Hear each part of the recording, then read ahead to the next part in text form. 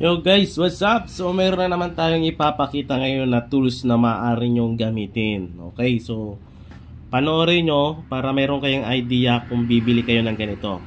Okay, ano to? Oblong puncher. Yan, ginagamit to para pambuta sa ID. Yan, para magkaroon kayo ng idea bago kayo bumili ng oblong puncher. Okay, so may nakita kasi ako kanina, nag-comment siya, nag-post siya dun sa sa group kung maganda nga ba ito. Maganda to guys, ayan. Pero marami nang pwedeng pagpilian, pero ito kasi yung gamit ko. Ayan. Okay, so ipapakita natin kung saan to pwede gamitin. Ayan, heavy duty to. Ayan, medyo mabigat siya konti kasi talagang purong bakal siya. Okay, so ipapakita natin ito pambutas. So ito nga pala, meron siyang pang guide. Ayan, na-adjust to guys. Okay, na-adjust yan para ma-center na yung bubutasin nyo. Okay, so magsasample tayo. Kunyari, ito yung ating bubutasin. Ano to? Photo paper na may photo top na glitters. Ayan. So, gawa tayo ng sample. Okay, so ipapasok nyo lang yan, dyan. So, makikita nyo dito, yan yung oblong na butas. Tapos, ito yung pang-guide nya. Yan yung purpose nya guys. Yan, di ba? Para meron siyang guide para pantay. Yan, so mapapansin, diba, butas na siya. Yan. Okay. So try natin yung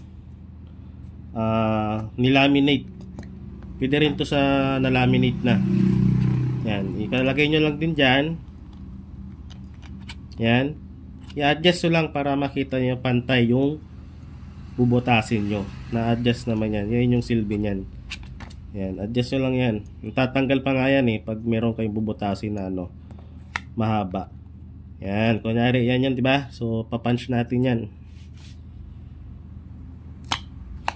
So, diba? O, pwede na siya sa ID. So papantayin nyo na lang yan. Okay? So ito yan guys. Para dito talaga yan sa ID. Yan. So lalagay nyo lang din yan sa taas. Dapat nakaganyan para kita nyo yung butas. Ayun, so lalagay nyo lang yan. O, adjust nyo lang para pantay yung pagbutas nito sa ID. Diba? So kayo na bahala mag-adjust nyan pag bumili kayo ng ganito. Mura lang to. Check nyo na lang yung details yan sa Shopee. Sa Shopee lang na ito nabibili. So bubutasin natin yan guys. Okay. Diba? Butas na siya. So tatansyahin nyo na lang. Hindi natin natansya kasi para mabilisan lang pag video natin. So dito yan sa ID. Kasi malapit na naman ang pasukan, diba? So marami magpapagawa na ID niya kung makakuha kayo ng kontrata sa mga school or company.